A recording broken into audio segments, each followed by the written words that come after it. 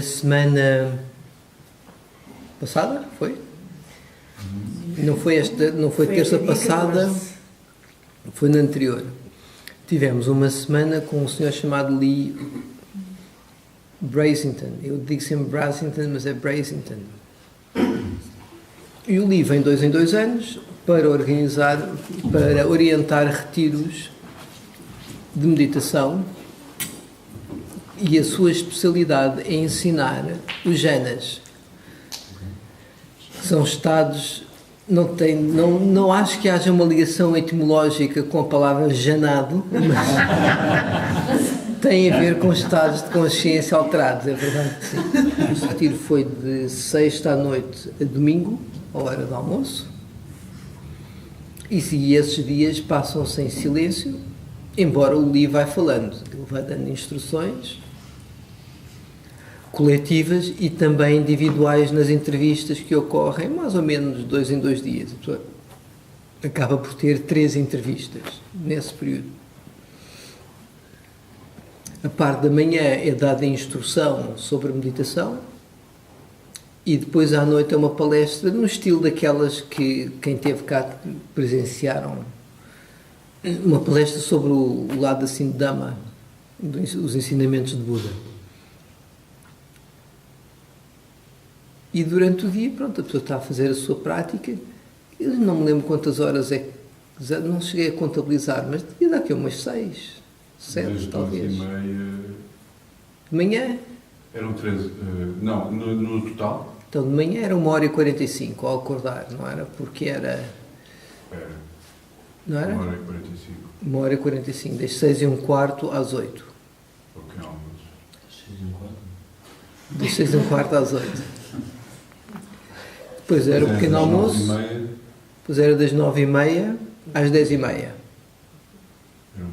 Ok, 2h45. Depois era a instrução, não era? Que era 1h30, que por vezes era mesmo a meditar, como aquele o rastreio do corpo. E aí a instrução, quer dizer, foi uma parte da instrução que tinha a ver exatamente com os estados de profunda absorção, os tais jhanas, e depois mais no fim a instrução já tem a ver mais com aquilo que no budismo se tende a chamar de insights ou vipassana, que é a pessoa começar a compreender a causalidade dos seus processos psicossomáticos, essencialmente, e a sua relação, e a relação desses processos psicossomáticos com compreensões mais universais, como a impermanência, a natureza do sofrimento e a insubstancialidade dos fenómenos de não terem uma identidade fixa. Pronto, então agora deixando as contas, sim, umas 6 horas de prática. E à tarde ele faz as entrevistas, porque à tarde estamos a meditar sozinhos, no sentido em que não está lá o Lee presencial. Aliás, ele só está na prática de 1 hora também, depois do pequeno almoço e na parte de instrução. E aquilo toca meia hora, o meu iPhone toca, e a pessoa entra e sai a essas horas quando toca e vai organizando a sua prática. Há pessoas que fazem períodos mais longos, de 1 hora, de 1h30, até 2 e por aí fora. Outros fazem meia hora sentado, meia hora a andar, não sei se vão para o quarto dormitar também. Cabe a cada um também ir gerindo a sua energia e capacidade de ir fazendo a sua prática.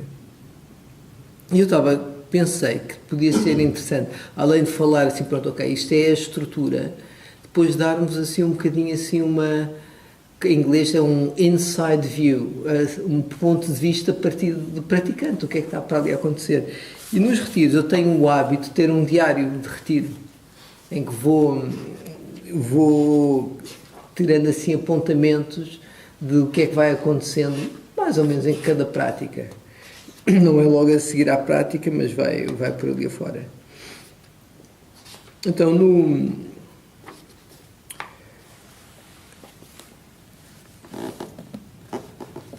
este foi o meu primeiro retiro a sério nos últimos 4 anos, não sendo eu a orientar o retiro, tendo outra pessoa a orientar. Tenho feito outros retiros, mas sempre retiros de formação.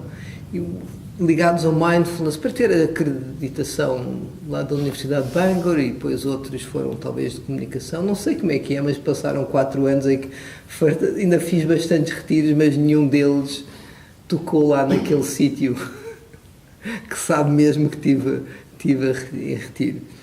E a minha ideia foi, no início do retiro, pôr mesmo a ênfase em desenvolver estados de continuidade de atenção e largar a tralha do dia-a-dia.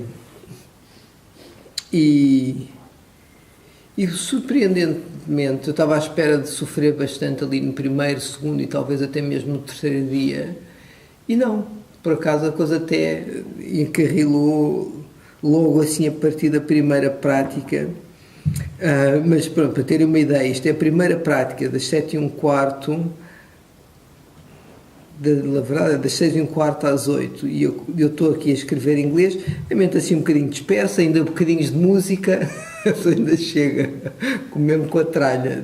Depois, por acaso, isso passa, mas pelo visto no início ainda havia bocadinhos de música, imagens assim espalhadas, e aqui ajuda imenso a abordagem que acho que tenho vindo a desenvolver comigo e que faço convosco, que é ter compaixão para com a vida como ela se apresenta. Tipo, okay, a mente está como está, o corpo um bocado também assim cansado e ensonado, e ter uma atitude, ok, bem-vindo, tipo. E isso, eu coloquei aqui, ajudou imenso logo a entrar na prática. Não estou aqui para alcançar qualquer coisa. Sim, a ideia é aprofundar esses estados de consciência, mas a pessoa não pode começar a prática querendo estar no fim da prática. A pessoa começa a prática onde está, que é, como é que está? Com bocadinhos de música, a mente um bocado dispersa, e é tão giro quando se isso for acolhido por aquilo que é, como muito mais fácil a mente se disponibiliza e fica maleável do que se a pessoa tiver com alguma tentativa de forçar aquilo que não é. Que a sua mente se manifesta de uma forma que não está a ser. E depois eu estava aqui a ver pelo fim, já assim no fim da prática,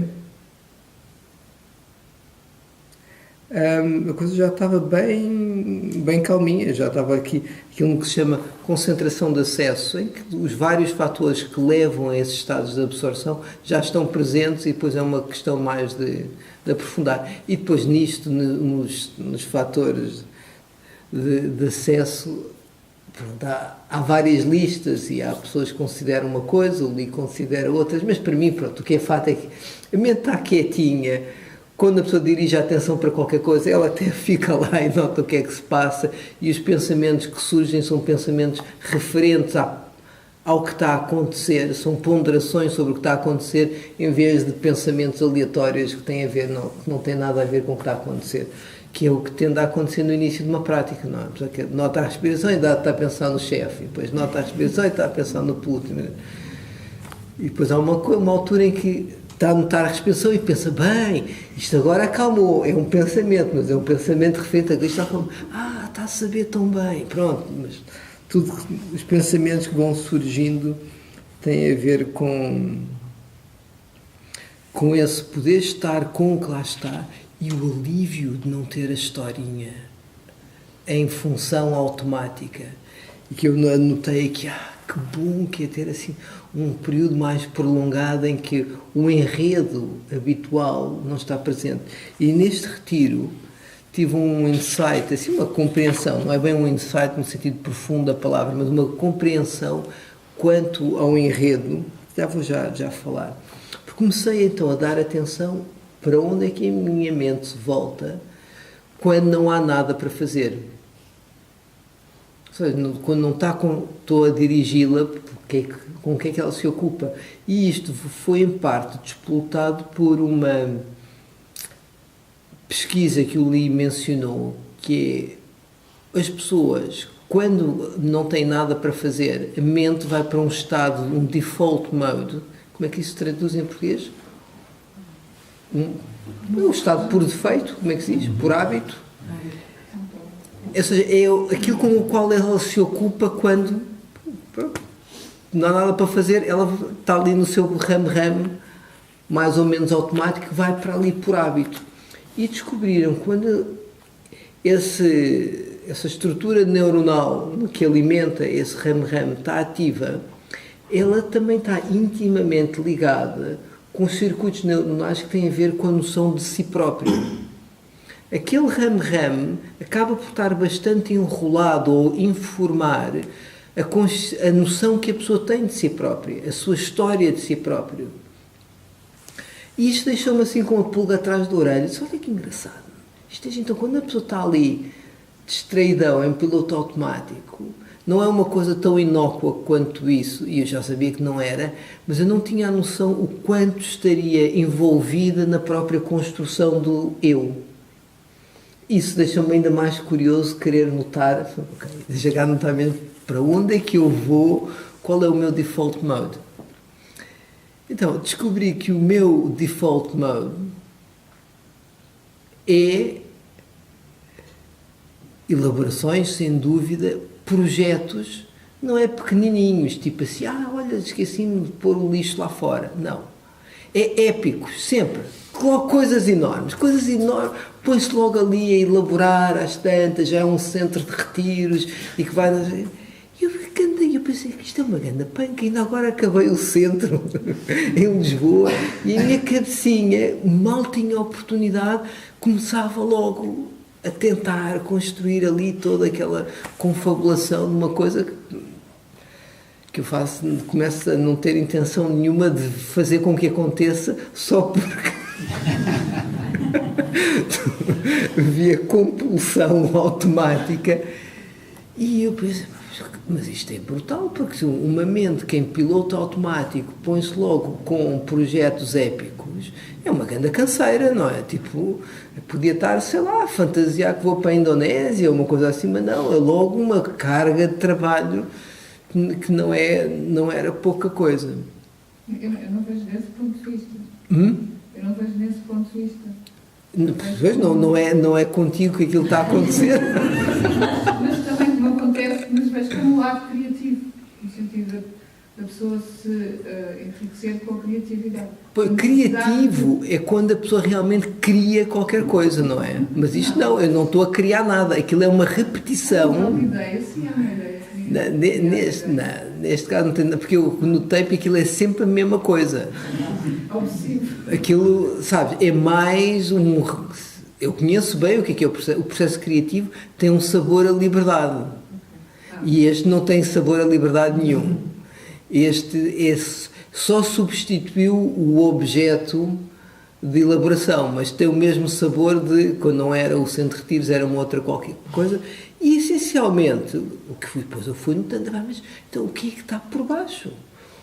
Porque é que eu não vou buscar realmente, olha, vou para a Indonésia, finalmente, por acaso não vou, mas podia ser, mas porque tem que só... Eu comecei a notar que aquilo estava mesmo enrolado na minha construção de mim próprio, que não chega, não é aceitável eu definir-me como vou para a Indonésia. Não, o Sagra, para ser válido de existir, tem que estar a fazer qualquer coisa de épico. Para justificar a sua existência na face da Terra, mesmo quando não tem nada para fazer, é a sua cabecinha a inventar uma história como ele vai ser fantástico. Porque tudo isto é para ser fantástico, é para alguém gostar de mim. Não, claro que também há o criar o centro de retiros, mas tem muito daquele... Isto é muito giro.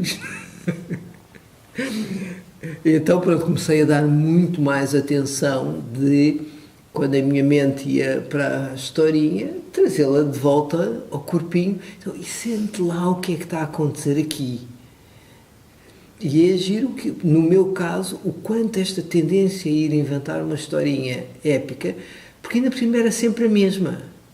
Nem era sempre a mesma e ficava sempre na mesma fase, que era que depois falo-se com aquela pessoa, depois tenho que fazer aquilo, e naquela, eu sei que não ia fazer nada com aquilo, é mesmo só para me entreter. Por baixo, comecei a contatar muito mais, assim, o enfado. Primeiro, por baixo era o enfado. Primeiro nível, se eu não estiver aqui a contar esta história épica, vinha um enfado. E eu disse, isto é giro. Eu já sei que o enfado é um indicador que eu estou a tocar os limites da minha habitual superficialidade. E daí o enfado, não há nada de novo, mas isso é só a resistência para aquilo que habitualmente não é tocado. Então, cair ao enfado, é claro, rapidíssimo o enfado, começam para ali a bocejar, e eu raramente, mas raramente tenho torpor. E neste retiro tive mais torpor, só me lembro de ter tanto torpor na Birmânia, mas isso é porque não nos deixavam dormir, e aqui eu estava a dormir imenso. Eu fazia a sesta à tarde, fazia uma sesta a seguir ao pequeno almoço. A sesta a seguir ao pequeno almoço. Também fazias? Isto é um segredo só de quem pratica neste meio, é que sabe que a seguir ao pequeno almoço também se faz uma sesta.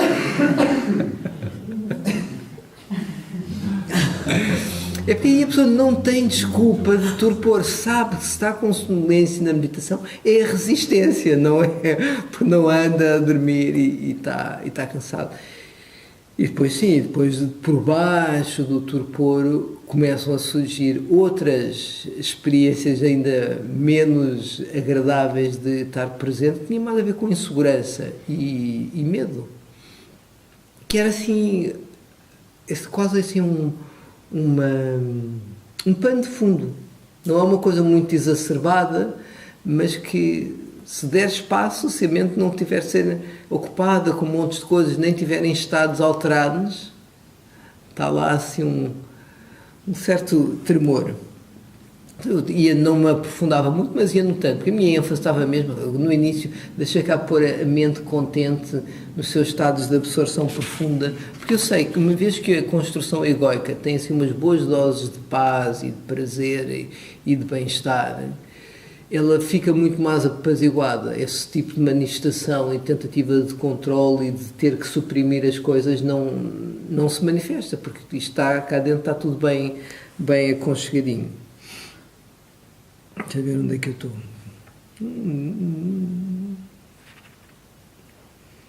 Pronto, e à medida que o dia foi, as práticas, o primeiro dia, segundo dia, depois o Li introduz uma coisa que eu acho que faz muita ajuda imenso, que é ter 5 coisas a fazer no início da prática.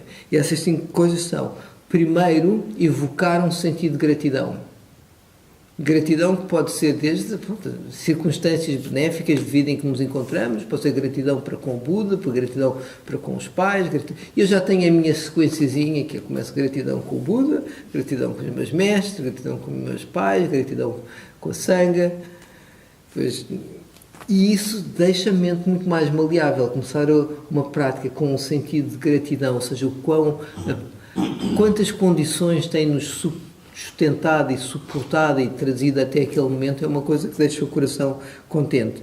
Depois, o segundo passo, a segunda coisa a fazer é uma reflexão sobre motivação, porque é que a pessoa está a fazer o que está a fazer, e depois de determinação no sentido não de agora vou chegar aos primeiros jhana, nem que me parta todo, não é?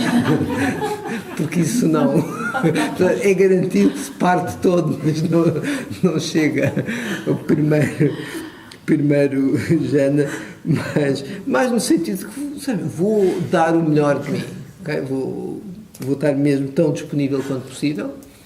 Terceira coisa. Quarta coisa, meta, uma boa dose de meta para com o próprio e com os outros. E por fim, um dizer que vem do Thich Nhat Hanh, que é um mestre vietnamita, em que ele diz: breathing in, I calm body and mind. Breathing out, I smile. E isto é assim uma síntese, na verdade, dos passos necessários para entrar em estados de absorção mais profundos, de acordo com a maneira como o Li ensina. Eu, por acaso, inverti isso. Noto que dá-me mais jeito. Breathing in, I smile, porque para mim o breathing in é um olá a tudo isto, acolher tudo para aqui vai com um sorriso, e breathing out é que vem o lado de acalmar o corpo e mente. Mas pronto. Então, estão a ver, a pessoa começa uma prática com isto, e isto tanto pode demorar 1 minuto para percorrer estes 5 estágios, como a pessoa pode demorar ali uns bons 15, 20 minutos a fazer estes estágios. Depende como é que a mente está nessa altura. Estejam à vontade para me interromper, se houver assim alguma dúvida. Então foi mais ou menos até o dia 3 em que começou a prática de rastreio das sensações do corpo, que isso já está a sair da concentração focada e já está a trazer uma concentração mais fluida, e já tem mais a ver com o lado de insight. Até aqui a prática tinha sido mesmo concentração e pronto, tu vai à entrevista com o Lee e começa a descrever e pronto, ok, isto é o primeiro estado de absorção, que na versão do Lee é assim uma coisa acessível. Acho que praticamente toda a gente no retiro chegou a um estado em que essencialmente ainda há um bocadinho de pensamento, mas é um pensamento assim nada intrusivo, e a experiência predominante é, por um lado, bem-estar físico, que tem um componente mesmo de prazer físico, e uma componente de felicidade, do coração está contente. Pronto, isso pode ser desde uma coisa assim muito suavezinha a estados assim mais exaltados no sentido com mais energia. E depois, acho que no 4º dia, eu comecei a notar que estava a ficar um bocado cansado desses estados, porque ele dá um bocado de trabalho. Dá um bocado de trabalho estar ali a unificar a mente na respiração, e depois começa a notar, ok, já o corpo está-se a manifestar, há energia, aquilo começa tudo a ficar direitinho, depois a pessoa volta a atenção para onde é que há mais prazer e deixa que a mente se absorva nesse prazer, e pronto, e o prazer começa a tomar conta da mente, e a pessoa fica ali naquele estado de prazer e beatitude, que a ideia, sim, é desenvolvê-lo e depois começar a largar o lado mais grosseiro e ir para estados cada vez mais subtis. E o meu truque, porque a mente fica assim um bocado, no meu caso, para mim ficar ali um bocado a fervilhar, somente se há muito lado físico, ela fica assim um bocadinho, não aquieta, está concentrada, mas está um bocadinho eufórica, é uma certa euforia. Mesmo quando é mais o lado mais de felicidade, já não está tanto o corpo, para mim ainda é um bocado agitada. Não é logo no início a pessoa acha graça aquilo, mas depois começa a notar que cansa um bocadinho. E eu arranjei um truque que era muito eficaz, que era, além de fazer o que ele disse, sugerir que é a expirar profundamente, era dizer chega. Era o meu mantra. Agora chega. E é tão giro que a mente vai começando a achar graça a não ter mais, que afinal menos é mais, menos, e vai largando aquela atração pela experiência mais grosseira e vai ficando mais subtil e mais subtil, até começa a entrar em estados mesmo de contentamento. Sim, mas aquele prazer é grosseiro comparado com os estados de contentamento profundo, tipo em que ela começa a achar graça, não querer coisa nenhuma, não querer nem antecipar o próximo momentozinho, está mesmo contentezinha da vida. Para mim esse é o estado que eu mais gosto, em que há energia, ela está bem acordadinha, mas curiosamente às vezes aquilo continua, não fica por ali, e ela continua a afundar. Tipo assim, agora que estou neste estado de contentamento, ainda há um certo, é agradável, a pessoa ainda está mais no lado agradável, a mente continua a querer se inclinar para um lado que não tem nem o agradável. E eu notei assim uma certa relutânciazinha, tipo assim, não, vá, deixa-te lá ir, então largar até esse contentamentozinho, também largar isso. E a primeira vez que me aconteceu, e eu comecei assim a notar o corpo, começa a ficar tudo escuro e o corpo a inclinar-se, e eu já sabia, ok, isto não é torpor, deixa-te ir. E eu assim, e eu não faço a mínima ideia realmente do que é que está a acontecer, mas a minha sensação é que eu estava assim. Cabeça aqui. A sensação é mesmo que a pessoa está lá no fundo e aquilo não se passa nada. Eu já conhecia aquele estado e deixei-me lá ficar, e nunca, naquela primeira vez, não aprofundou muito. Eu depois lá levantei-me propositadamente, subi um bocadinho, fico num estado em que aquilo não funciona muito, não consigo, qual insight, qual nada. Aquilo, eu entendi quando um outro mestre disse-me que esses estados são a coisa mais parecida que há com um shot de heroína. Não é que o pessoal, quando está com muita janada, fica assim inclinado, tu vê-os parados na rua.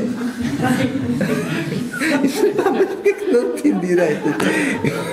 Eu acho que se deve estar a passar lá dentro é algo semelhante, não se passa nada. Não era o estado mais... E eu sabia, ok, isto é por ali, mas não é para estar tão janado. Mas o que é fato é que com isso a mente fica quietinha. Está mesmo quietinha. Ainda houve mais uma vez que aprofundei e depois lá a coisa arrebitou, manter-se nesse estado que não é nem agradável nem desagradável, mas bem acesa, bem clarinha. E dei a minha tarefa dos Janas por ok, estou contente, chegou até aqui. E comecei a pensar, isto era bom começar a inclinar a mente para observar o que é que para aqui vai. Certinho, no outro dia não se passava nada. Meditação da manhã, torpor e não sei o que, só ok, já vi que isto vai haver coisa com que trabalhar. Mas não vinha nada, só havia assim um sentido de resistência, não queria ir para os Janas, voltava a atenção, ok, então bora ver o que é que para aqui há. Nada. Isso, okay. Então bora levar isto. Também acolhe isto com compaixão, bora ver. Esse dia até fui dar assim um passeio grande, ficava só assim, no máximo chegava, era assim, parecia, tipo, estava no primeiro dia, estava tal e qual, já não havia música, mas a coisa não ia muito funda, também não estava muito distraída, e eu, ok, está em banho-maria, bora ver o que é que para aí vem. E eu acho que foi lá pelo quinto dia, deixa eu ver se é mesmo no quinto dia, exatamente. E então, já na manhã, o dia que não está assim a acontecer grande coisa, no outro dia de manhã, uma prática razoável, e há numa sessão em que o Lito está a dar instruções, e eu expressei uma coisa com uma palavra um bocadinho mais rude do que eu acharia apropriado. Bom, a minha mente atira-se a esse incidente com grande deleite. Tipo, fez daquilo logo...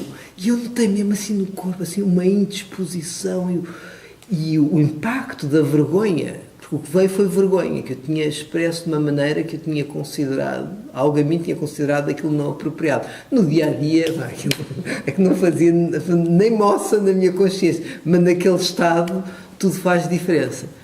E depois foi o almoço, e a notar no almoço que estava muito mais fechado, eu disse, isto é muito giro, então...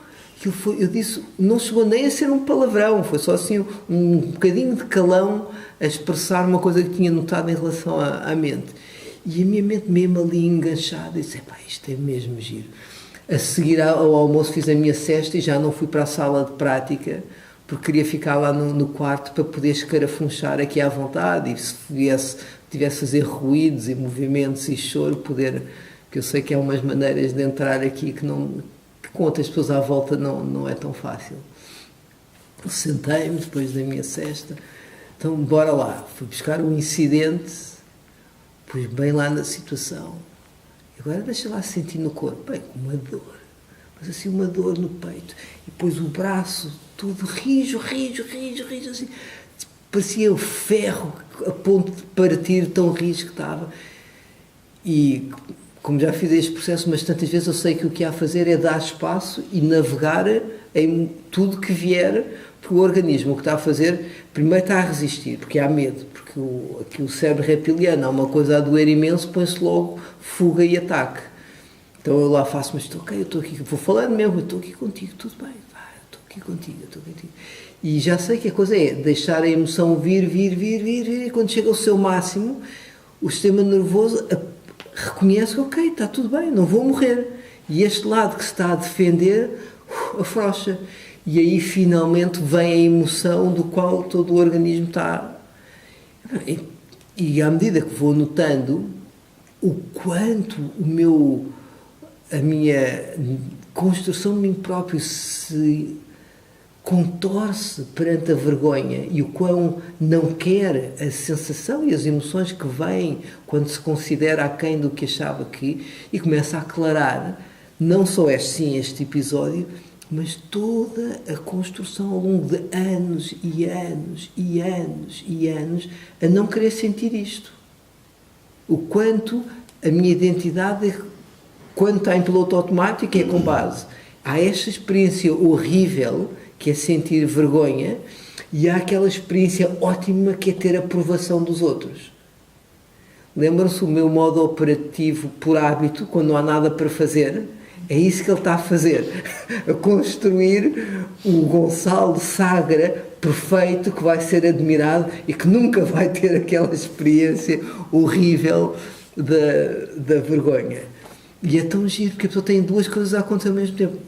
A dor acumulada e não sentida ao longo de imenso tempo, e outra, a compreensão. Olha, então estou a ver porque é que tem sido assim. Até que finalmente lá veio a onda de emoção, que é um total abraçar do sofrimento que está aqui e de todo o sofrimento que foi. E todo o sofrimento que foi essa construção de identidade. E depois, pumba, a coisa volta-se para... pois, mas isto custou imenso a mim e custou imenso aos outros. Porque isto também, para eu construir esta identidade, acabei por magoar imensa gente. E pumba, aí vem também o reconhecimento. Tanto sofrimento foi causado às outras pessoas na tentativa daquela construção daquela identidade e de evitar isso. E pumba, lá vem as lágrimas de reconhecimento. E depois o reconhecimento que, mas isto é o que toda a gente faz. Tipo, anda tudo, todos nós andamos para aqui a construir, havia assim uma generalização do fenómeno, uma identidade à volta de esta é a experiência que eu quero ser e esta é a experiência que eu não quero ser. E isto é o ensinamento básico de Dukkha. Há 3 tipos de clinging, de tanha, de sede que nós perpetuamos, que é sede por experiências agradáveis, sede por ser qualquer coisa e sede por não ser qualquer coisa. E ali estava mesmo evidente o sofrimento de querer ser isto e de não querer ser aquilo. Então a minha mente, pumba, volta-se e depois vai contemplar a minha filha, a minha mãe, o meu pai, a minha mulher. E então a construção de identidade e ver os outros a partir do seu sofrimento, em vez de ver o outro a partir das cabeçadas que nós por vezes nos damos uns aos outros, que é cada um na sua construção da sua identidade a querer evitar a sua dor e a dar cabeçada no outro sempre que o outro de alguma forma toca nesse seu sentido de dor. E depois aquele sentido de enorme compaixão por todos aqueles que eu conheço e depois compaixão por tudo que é ser humano, porque estamos todos no Titanic, uns a arranjarem as cadeiras da sala de jantar, mas está tudo no Titanic, está tudo ali no mesmo barco a afundar. E claro, depois a pessoa sai da experiência com um enorme alívio, fez as pazes consigo, fez as pazes de ter magoado os outros, fez as pazes com a humanidade, fez as pazes com o facto, pois, não há dúvida que só pode haver sofrimento. E sai todo contente. Pois é, o Buda tem mesmo razão, é a primeira nobre verdade advém do apego ao prazer sensorial, o apego a querer ser, o apego a não querer ser. Esse é o lado de insight que o coração fica mesmo contente, é que fica feliz da vida. Só quando, pelo menos o meu, quando tem essas compreensões, fica assim, tipo, apaziguado com a existência. Fica mesmo apaziguado, e é uma coisa que não depende de estar num estado especial de concentração. Está a ver a vida a partir dali. Não é que dure muito tempo, porque a confusão é um hábito. Está a fazer sentido isto que eu estou a dizer? Estão comigo? Tenho uma ótima, que apanhou-me completamente de surpresa. Meta, o fim do dia, já tínhamos tido uma palestra fantástica sobre não eu, ou sobre impermanência, uma coisa dessas, e começa a prática de meta. E eu, prática de meta? Começa a prática de meta, e tu ainda, sei lá, não sei se não era o do jardim, ou não era da sopa, não sei qual é que era, mas o que é fato é que a minha mente não estava muito ali empenhada. Bom, não sei que associação é que eu faço, e a minha mente volta-se mesmo assim para uma imagem completamente sexual, mas assim um abuso. O meu coração até disparou assim, tipo, ainda bem que anda maluquice, tipo, como é que eu vou me livrar disto? Foi o meu primeiro pensamento, que estou feito. Se isto agora começa-me a dominar a mente, eu estou completamente perdido. Ainda tenho 3 dias pela frente. Foi a primeira reação. E depois, eu lá respirei fundo. E veio uma vozinha muito sensata e disse: isto também é impermanente. E a minha mente volta-se para todo o fenómeno, assim, imagem e fisiológico, porque quando uma imagem, a mente está naquele estado, e surge uma coisa tão gráfica, o corpo todo está em plena ativação. E a mente volta-se para o fenómeno e começa a notar a impermanência em si. Não o objeto de desejo, mas o próprio desejo e o que é que lá estava a acontecer. E aquilo tudo faz assim, mas desaparece, esvai-se assim em milissegundos, todo o fenómeno fisiológico, a imagem, bem, vem aquela onda assim de alegria, tipo, isto é mesmo tudo impermanente, esta coisa ao qual eu agarro-me e às vezes levo tão a sério, impermanente. Bem, a minha mente começa, a partir daí, parecia tipo um cowboy, tirou num prato e pum, pum, por qualquer coisinha que surgia impermanente. E que... Eu passei a prática de meta, tipo, com um sorriso enorme, mas era de só dizer, isto é mente, é tudo, não havia nada que não fosse impermanente, tudo se desfazia, mal era notado, e depois, claro, começa a aclarar, mas esta construção toda, os 5 agregados, todos eles são impermanentes, é que não há ponta para onde se lhe pegue. Bem que a pessoa faz um grande esforço de fazer uma construção sólida com aquilo, mas nada durava tempo suficiente para ser coisa alguma. Pronto, depois isto tem uns desdobramentos, mas isso é a mente a trabalhar mais com o lado de insight. Pronto. Fica por aqui. Sadhu.